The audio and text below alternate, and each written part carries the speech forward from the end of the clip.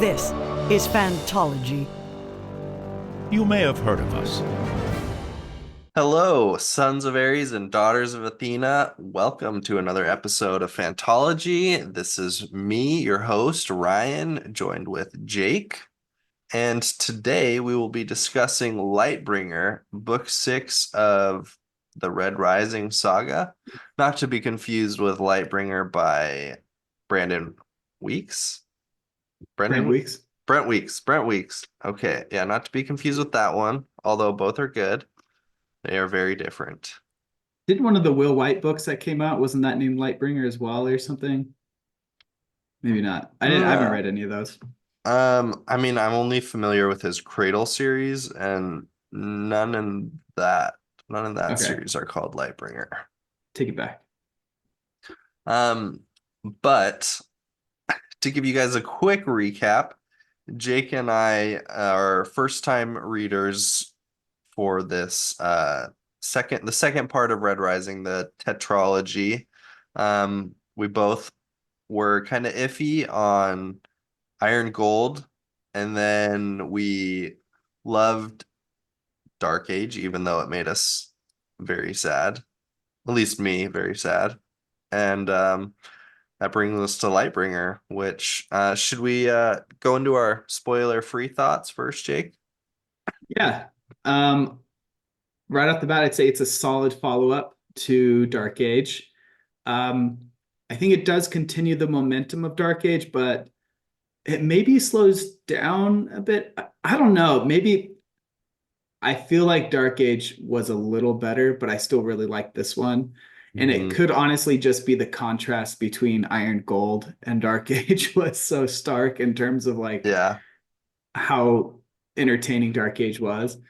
Dark Age, I felt like reading it, I was just like enthralled, whereas Lightbringer was more, I wanted to see what happened next. And so like Yeah. I was excited to see where things went, whereas Dark Age, I was just like stuck in each plot's moment in time in a good way. I felt like there were more jaw-dropping moments in Dark Age. Yeah. And in Lightbringer, there were more moments that weren't, there were a lot of jaw-dropping moments, don't get me wrong, but there were more moments that were like, exciting, still page-turning, like wanna see what happens next. But in Dark Age, it was like, I have to know what happens. Yeah, and in Dark Age, I feel like there's a lot more uncertainty, Yeah.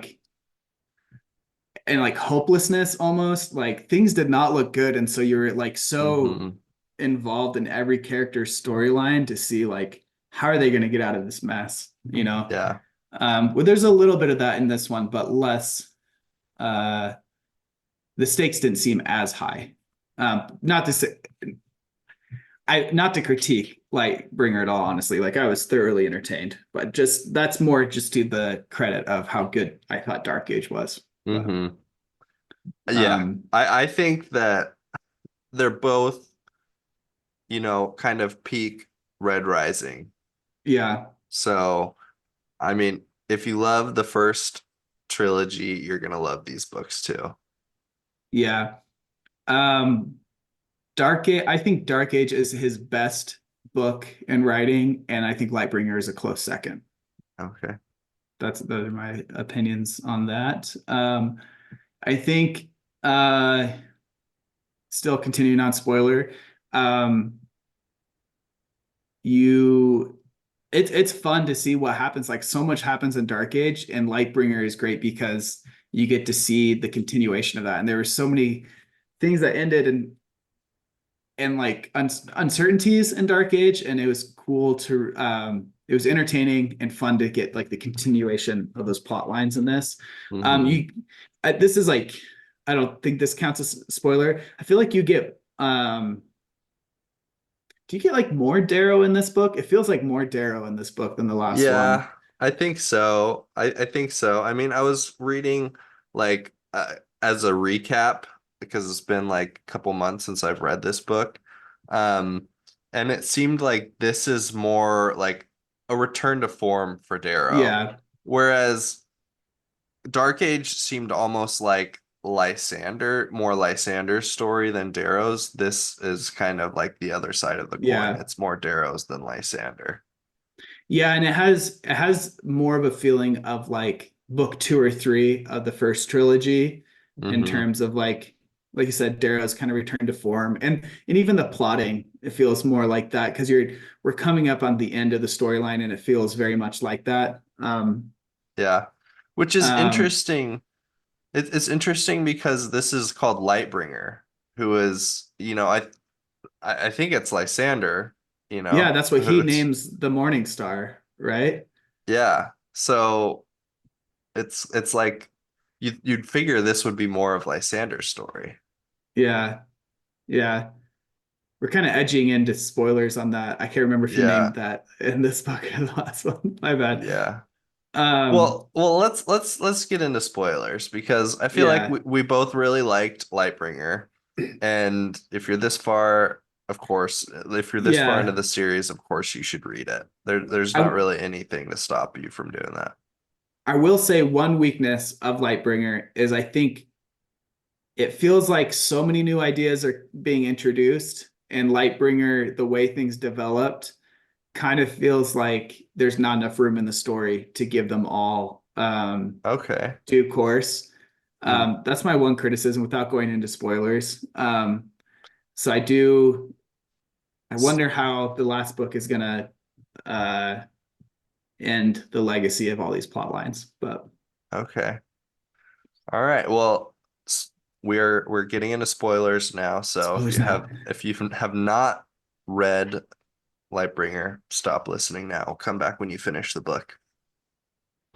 Um, Jake, I want to first start off by I, I think I think I disagree with I mean uh, I see where you're coming from, but I disagree to an extent with With what? with what you said about there being more problems in this book. I feel like I mean Lightbringer introducing more problems for Darrow. I don't think it was introducing more problems. Wait, are you referring to when I said like there's like plot lines that I don't know how he's gonna resolve? Yeah, yeah. Yeah, I don't think this one necessarily introduces them. It feels like this book resolves some of them Oh, too okay. quickly. Right. Namely, since we're in spoilers, the Askamani and the Parasite, Hmm. and I don't know if this one really The counts. Fear Knight. The Fear, I don't think the Fear Night was ended too abruptly. I feel like that had a good arc. Oh, I thought we were just talking about endings in general. You're talking about abrupt endings. Ones where I felt like they introduced this new concept and it didn't have a good amount of time to like breathe and develop. Mm. And then the I was disappointed the Abomination had like no presence in this series, and it's kind of related in that like you introduce this huge game changer, but then it's not there for a whole. It's introduced in book 2 of a 4-book saga, and it's not talked about at all in book 3, and so it has one more book that it can be in, and so it just doesn't feel like it's going to have enough time to really play out well. But Right. I mean, so I didn't really like the Abomination storyline. Like, and I guess we'll see how Pierce Brown like continues it. Like, if he goes in a different direction than the Jackal, because I was kind of like the Jackal was part of the first trilogy, and he was a great villain, but yeah, that was resolved. Like, I think that should kind of stay resolved. I don't want the character like brought back just to be the villain again in this tetralogy. And yeah, so, I mean, that side of me that didn't really like the storyline was resolved or was relieved to see the Jackal not be part of the story or the Jackal 2.0. But I get what you're saying, where if it's weird that you introduce such a huge plot point and then like almost and the character you don't even see them for a whole book. and like in the book he does appear, things are wrapped up too neatly in my opinion. Like he has this crazy coup essentially, that's Hmm. executed, and then um I guess Severo doesn't escape, but Virginia escapes, and he's kind of like, it's like the impact he had played out in a chapter. You know what I Mm-hmm. mean? Like, and then it was done, but you're introducing this character. It should be an ongoing conflict with them instead of just um the events he caused. And so I felt like he was like underutilized, honestly, in Dark Age. And I was like, well, maybe let's see how it like develops out. And like you said, he has to be developed in a way where he's very distinct from the Jackal, which they have the potential to do. But then if he doesn't show up in a whole other book, it's like he's not going to have enough screen time to be really well done, in my opinion. But we'll just have to Mm-hmm. see how that plays out in the last book. But yeah, I think we're on the same page there, where it's like Yeah. could potentially be good, but so far it seems like maybe too many things were introduced in this next saga to juggle them all well. But One thing I remember reading when I was initially looking at like when is Lightbringer going to be coming out, and there was like quite a long time, like longer than usual, I feel like for Pierce Brown um in between Dark Age and Lightbringer. And I think he wrote a significant portion of this book and then realized that like I think one of the core directions that he went with writing was wrong for the story. So hmm, he ended up having to like scrap or rewrite a significant portion of the story. And I wonder like what that was related to. I'm not sure if he's talked about, maybe it is related to, Jackal, um, the Abomination because of this absence. Um, yeah, yeah, it's a weird absence, right? Like it mhm. had one of the most jaw-dropping moments in Dark Age, Yeah. and then With the whole what did they call that day of uh, like Red Doves or something like yeah, that. uh-huh. Yeah, And like so much build up to that and then executed so well, and then Virginia just kind of slips away. yeah. And I think that and it continues at the beginning of this book. It was kind of surprising and like uncharacteristic of the Jackal to just like sell Severo to Apollonius like in an auction. Yeah, And it seems almost like is there like some other part of this story that we're missing? Like yeah, and we know that like the Jackal had or Virginia had some sort of like what was the chair that Octavia used to kind of like yeah. What's it brainwash called? people? Yeah, I can't remember what it's called, but yeah, So I mean, I wonder if like the Jackal had used that on Severo and he's now like, you know, like the a sleeper Zoolander agent. assassinate the vice president of Malaysia. Yeah, or to spoil Elden a part in Elden Ring, if he's got some like Blythe um programming. Oh yeah. Yeah, the wolf guy. Yeah. Yeah. If you did Ronnie's quest line. Uh-huh. Um Okay, yeah, and I remember what you're talking about. yeah, like there's ways he could pull it off, but it would have to be like, okay, lots of things going on in the background that then Mm-hmm. come to a head later. It just, I don't know, the way they characterize the Abomination is like a child, and Yeah.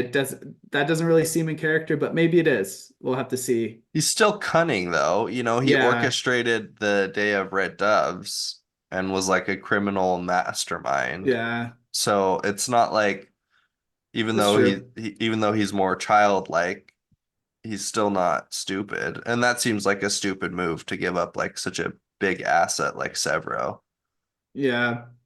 And I think the plot line would progress where he's like a bigger conflict, and then Virginia can like use like her knowledge of the Jackal, kind of like she did in Dark Age, but like that being crucial to defeating him. But Hmm. I feel like that played out. I don't know. It like played out already and like maybe too early, but Yeah. I don't know.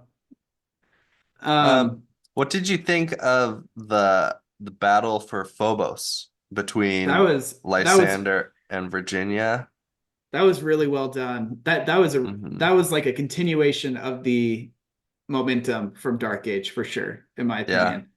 That was really cool. I love to see like the ploys they used in battle, like the strategies, and then pivoting like once they realized what the strategies are. And I think it was like true to life to where like both sides were hurt pretty bad by that. Hmm. And so the like the truce, no, I don't know if not truce, but like the agreement, the compromise they make was really well done. And Yeah. like felt earned where it's like, okay, I get a sense that there's some relief on Virginia's side while still like knowing this is just buying time. And then you think it's buying more time than it is in the next chapter. You find out like Lysander's next plan. Hmm. Um, but which then in classic, and this one feels much more classic Red Rising in that it's like, okay, Virginia's safe. The next chapter, no, she's not. In 3 more days, she's gonna be destroyed. And then at the end of that chapter, oh wait, she has more time because Lysander's been poisoned. You know what I mean? Like Hmm. that's very Red And Rising. then they like kept like outmaneuvering each other in like different Yeah, ways. yeah. During the battle, yeah, that was really fun. Yeah, really good intro. I think that was like the first part of this Yeah. of the book, right? That was And really good. and then after that we didn't really see Virginia much for the rest of the book.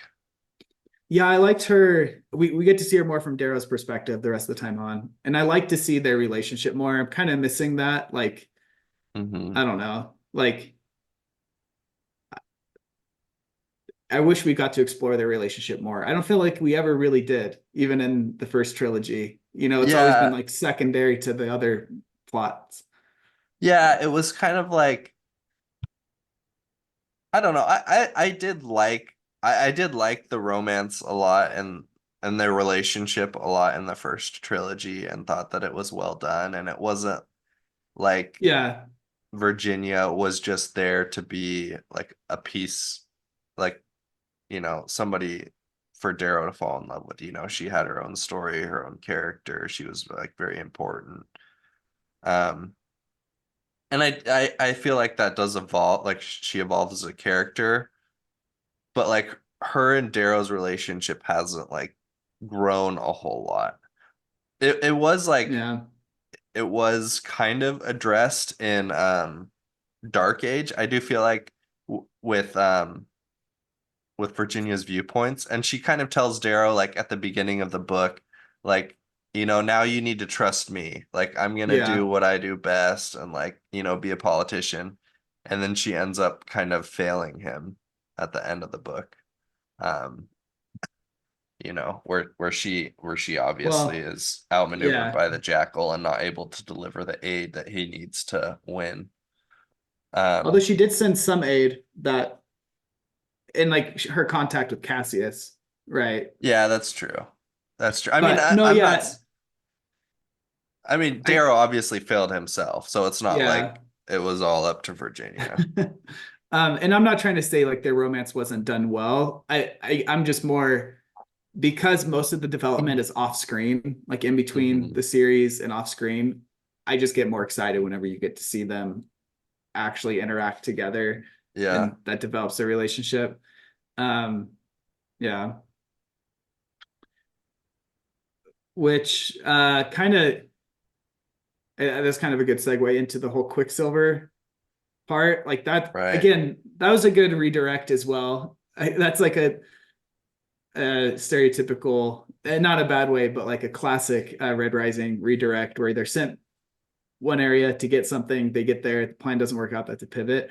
I really liked Hmm. Quicksilver's idea, and I think it's like a valid point, especially when you get to see so much from Lysander's POV and like how he views the colors and everything. It's like really like because even if like in like Darrow and Virginia's perfect society, like humanity is so stratified artificially, like reds are always going to be the smallest, the weakest in that way. Hmm. Um, and like it's unnatural, so like I don't know, I feel like Quicksilver has a good a good point that in order to undo all this and not lead to more like resentment later and like oppression later, which is just inherent when you have such like vast differences of ability and power, that you need to just go back to um pre-colored society that way. Yeah, you just need a reset. I Yeah. agree. I liked how they went out looking for Quicksilver, thinking like, he's been diverting so many resources. Yeah. He's got to have like some weapon or army or like fleet of ships, like something that's going to help in this war effort. And it's kind of like, oh, like thanks for coming all this way. We're leaving, like we're going Yeah. off into the sunset. And like I get the sense of betrayal that Severo especially and Darrow felt at it, but at the same time, like Darrow and Severo try to save the society and the Republic or the Hmm. Republic, and Quicksilver's got to like he's looking at the larger scale. Like he's trying to save Yeah. humanity. And I think he's right in that, honestly. And Hmm. I think a perfect ending would to never see Quicksilver again. And Yeah. like maybe like at the end of the series, if Darrow wins, which I'm supposing he does, then they get, like receive a faint signal just indicating that Quicksilver has found a habitable world or something like that, and that's all you get Yeah. from it. But Yeah, that would be I agree. I think it would be kind of nice like you just never see Quicksilver again. Because yeah, hopefully that would mean his plan works out. yeah. Honestly, maybe Darrow and Lysander like it's a like they annihilate each other and the solar system is wrecked, but we know Quicksilver's out there Hmm. resetting humanity on another system. What if he did another series like millennia in the future where it's like Quicksilver's like Ah, descendants yeah, rediscover the society, or what has become of the Republic, the society, all of that. yeah. That would be kind of cool. Very out there, very different, Or if they obviously. come back like conquering the society, Yeah. like and they're like super advanced and they're like easily sweep away. That'd be Yeah. yeah. Um, so the one thing that was disappointing to me was the parasite. And Leary Yeah. is just kind of like, I don't want it in my head. I mean, I guess maybe I'm trying to see how like this might be, you know, maybe I'm just like trying like I'm just thinking, oh, Leary is gonna become like some cool like Yeah. assassin, or like have all these cool abilities she's gonna discover from this parasite, or it's going to have like maybe there's some other life out there. Those are Yeah. kind of the avenues I was thinking that the Same. parasite would go to, and I guess it was just a little disappointing. Yeah, and I feel like it obviously it feels like an obvious red herring or like Chekhov's gun of okay, we're gonna do this, but it's gonna wipe some of your memory. And like does she clearly still have the parasite? Like there's two options this can go down. She doesn't have the parasite and that's the end of it, and that's disappointing. Or she does have the parasite in the future, and this is kind of like it's like then what was the point of like going there at all, Hmm. when like I don't know. I thought um I thought she saw the parasite like after it was removed. she did, but I'm just I'm Maybe it thinking, was some decoy or something. yeah, just because they emphasize so much about losing memory either way, and Hmm. and part of me is like it'd be so disappointing if that's the end of that plot line. But again, I wonder, I'm worried that I've juggled too much. I have to tie some things up so I can focus on the big. Right. And I But do see that now with both like the Abomination and with this. It'll be very interesting to see what happens in Red God with yeah, these things. Um, because if I agree, if these are not addressed further, that will seem like the most likely scenario is just Pierce Brown introduced too many things and realized like you kind of need to tie up some storylines, maybe in an unsatisfying way, so that you don't have like, insanely long books, or you need to extend another book or two. Yeah.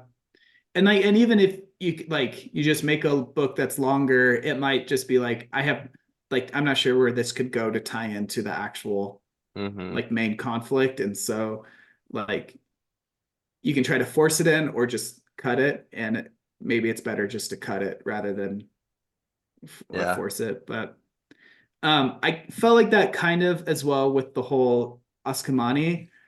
I'm not disappointed in the arc of the Askamani. Again, it's just like they were really introduced in Dark Age. They're introduced before that in Iron Gold, I think was the first time they were, but they weren't on Mm-hmm. screen really. It wasn't until Dark Age at the end did you get that epic, like at the very end of Dark Age 2, you get that epic confrontation and like introduction to them, and Volsung Fa slays Sephi and Mm-hmm. I can't think of his name now. Is it Uh Ibrahim? Abraham Abram? The mercenary, the gray Yeah, mercenary. how do we not? It's a variant of Abraham, Yeah. for sure. Um, but nice, nice Yeah. cattail. Um, and then like I thought it was a really good twist to have them working for the Fear Knight the whole time. I love the Fear Knight as a character. I think he's so well done. It was cool Mm-hmm. to get more like of him.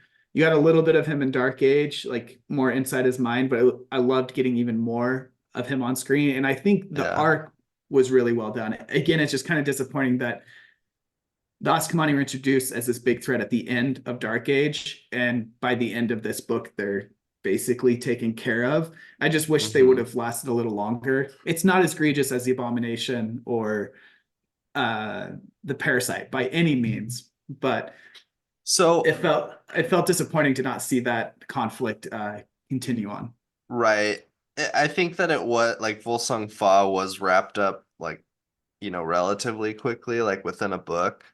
Um, but I do think that this ending was like hinted at throughout. Like it wasn't like, it didn't seem like Pierce Brown had to pivot, because we knew that the Fear Knight Yeah, had like fought the Oskamani, and yeah, like, so there was some connection there. yeah. It was all set up for sure. Um, but with that being said, it was kind of interesting to see, like, Volsung Fa was really just like this, It's like an like kind of, actor. yeah, an actor, like an educated obsidian, who is Yeah, also Ragnar's dad. yeah, You imagine him as a warlord, but he's kind of like, just who was it, Lysander who he was talking to, like, on the planet, yeah, um or when Lysander basically came in, and it's like the Fear Knight and all of his buddies, and they're talking around the yeah. table or whatever. um but I will say the fight between Darrow and Volsung Fa was like, It was way, yeah. it And was and that's a awesome. that's why like this is like a half critique, I guess, because like you said, it didn't feel like a pivot at all. Mm-hmm. This was like set up and like executed well, and like had great moments in it. It was just like they seemed like such a big threat. I would have expected them to be part of like the climax of the series, whereas they're basically like um dealt with, at Yeah, this I point. mean, they're like leaderless, so they don't really have like a coherent cause, But it you feels like know. it's like clearly they're Mm-hmm. gonna the majority of them in my mind feel like they're clearly gonna fall under Volga. Volga. Yeah. You think But she's gonna be able to control the Ascomani or just the Volk? I think both. I think they're both gonna recognize her as like um Because the Ascomani seem more like they followed Volsung Fa because of his power, whereas Volga, yeah. like, they wouldn't necessarily recognize her. Yeah, I think well, she did kill Volsung Fa though. So I think that's gonna go a long ways. Yeah, that's And true. I think maybe not all of them are going to fall in line, but I think the majority of them and the Volk will, and then the rest will either just be like leaderless bandits or, not a threat at all. Hmm. But Man, I need to yeah, go dude, back and reread that battle between it's so Wilson great. Fa and Darrow. Yeah, man. Yeah, it was so well done. And I loved like the fights were fun. And then also like at the very end when Darrow finally catches up to him and he's just like pleading, like all Yeah. pretenses dropped, like Hmm. such a cool like character moment to see that. Oh man. Yeah. Also, Diomedes, man, what a character. He's He's awesome, right? yeah, he I mean, this series has some of the best Red Rising characters on both sides, good and bad. Like Hmm.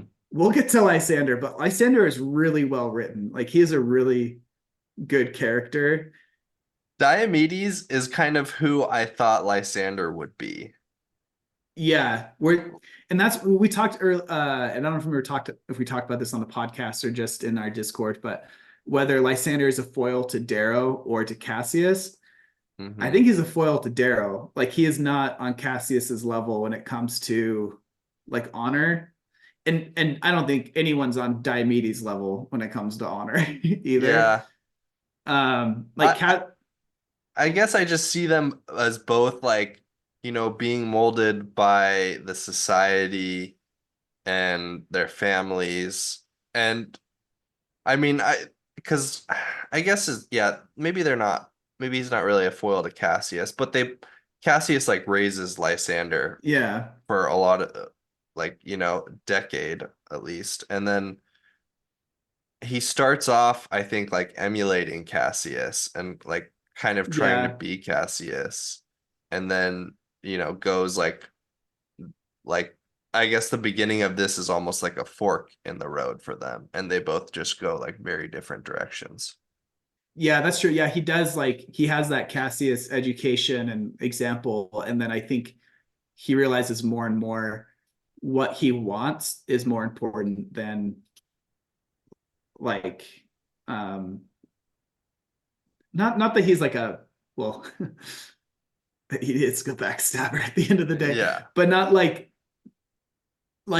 he's more like Darrow to me, where like Darrow will do what it takes to get what he thinks is right, and I think that's what Yeah. Lysander is. Mm-hmm. Um, like comparing Darrow sacrificing the cells that turn into the daughters of Athena, um, Right. and like that is something Lysander would do, like that is Mm-hmm. comparable in my mind.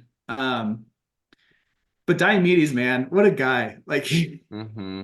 like his worldview has been shattered so many times, and he's just like pivots, to like, okay, this Yeah. is the most honorable thing I can do at this time, and like his realization that the society like stood for this and it failed, and so we need to like it failed. We need to like Mm-hmm. like live up to our side of the bargain. But I originally brought this up because the Fear Knight, man, he as well, like not just like well done in that like he's a great villain. Like I feel like he's written well enough that like I get everything he's doing. Like Yeah. I get his mindset. He understands the theatrics that like to his benefit, like how to use them to his benefit, and also just his mindset. And I think he said this in Dark Age, but just like yeah, he does some horrible things, but less people die because of it, and so and like the war will end quicker because of it, and so like if you look at things, if you're looking at it just an accounting of human life, like he's in the right there, even though he's Mm-hmm. like torturing people and doing like these horrific things, and then he's just so smart with like all the Volson Yeah. Fox stuff, like He's not, and he's not like a monster, like his yeah. reputation almost would make you believe. Yeah, he doesn't enjoy any of this. It's just he has a job, he's going to do it, and he's trying to do it the most efficient and Hmm. like cost effective when it comes to people dying. Um, yeah, such good characters. Um, And then the ending, well, with with the battle, but where Cassius and Lysander Yeah, ambush the Fear Knight. yeah, It was it was epic and tragic, and you know, yeah. obviously led to the moment The moment, where yeah. So like reading these,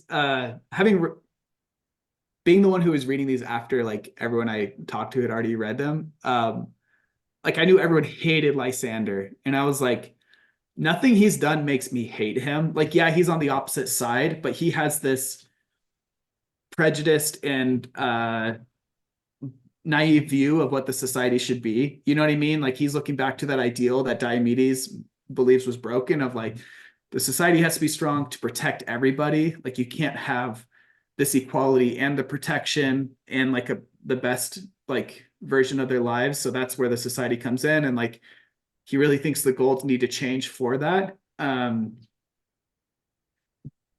But and like but going into that where I knew they were going to go fight the Fear Knight together, I was like, this has got to be it then. This has got to be the moment where white people still hate Lysander because nothing he had done was like that bad. And then like leading up to it, yeah.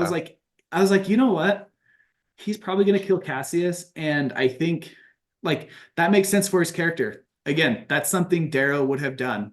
Not maybe not kill Cassius himself, like but they had a different relationship. But like Darrow would see like if he maybe Arco is it Arco Uh, Lauren? What's his name? Lorna our Arcos. Lonel Arcos.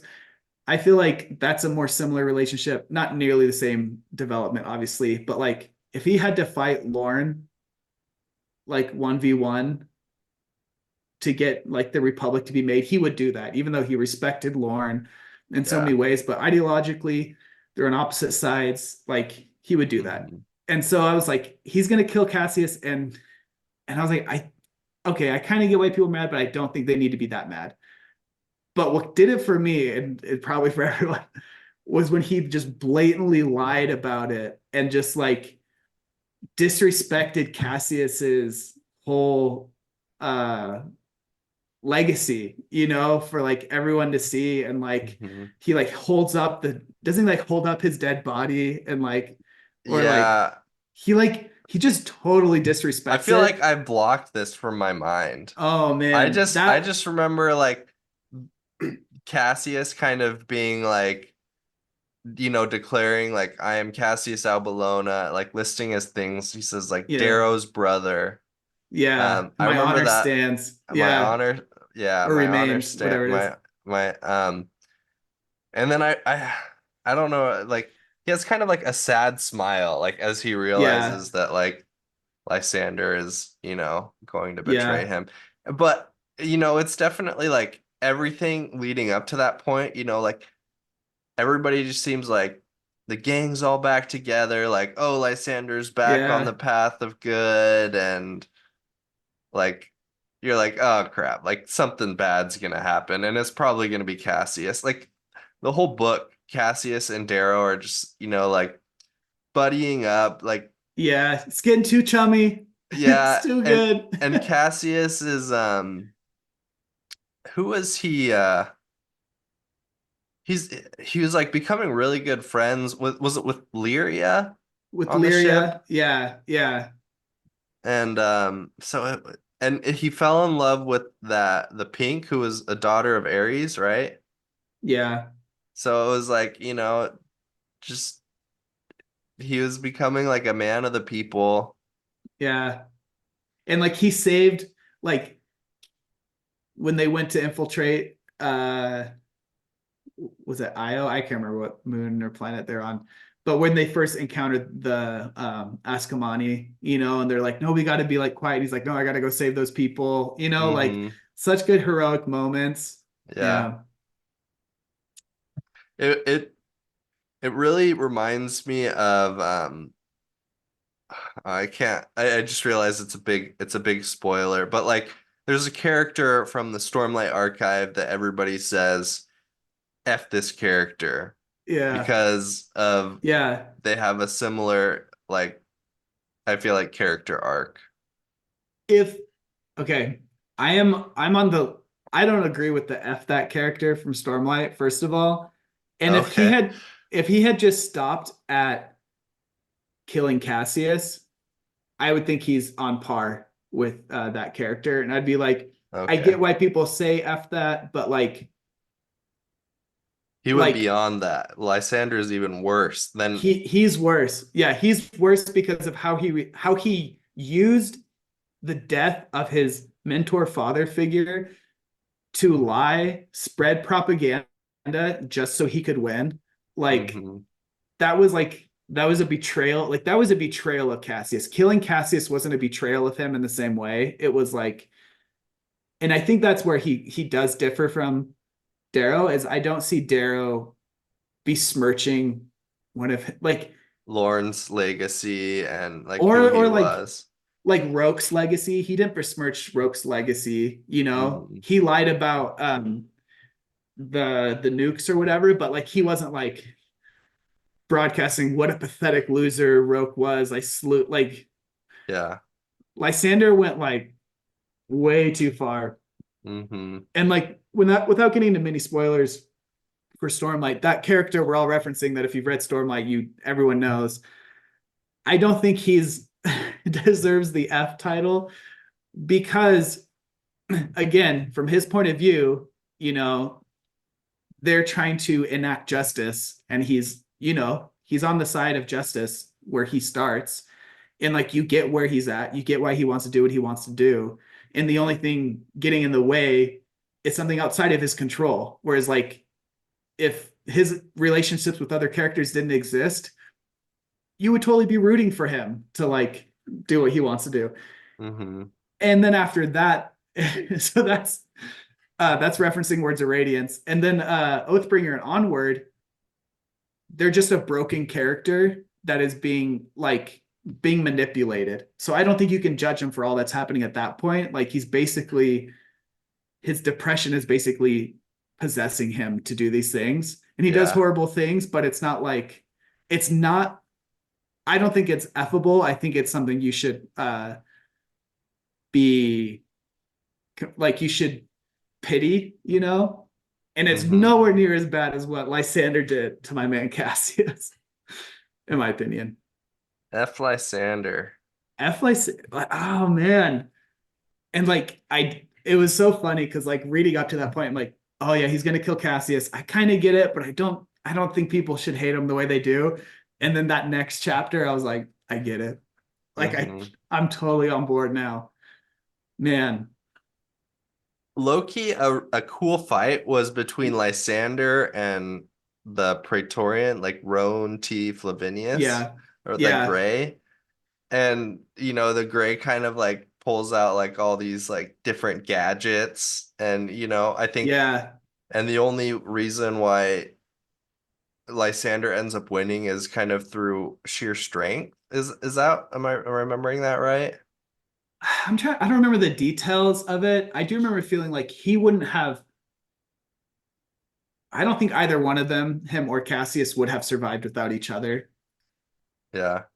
which, But But Roan at the end of the fight, like right before he's dying, he's like, "If I was the gold and you yeah. were the gray, like I Oh, yeah, would." yeah, yeah. Yeah, it was like, yeah, yeah, you're right. I don't remember exactly what it was, but it was like basically due to innate strength.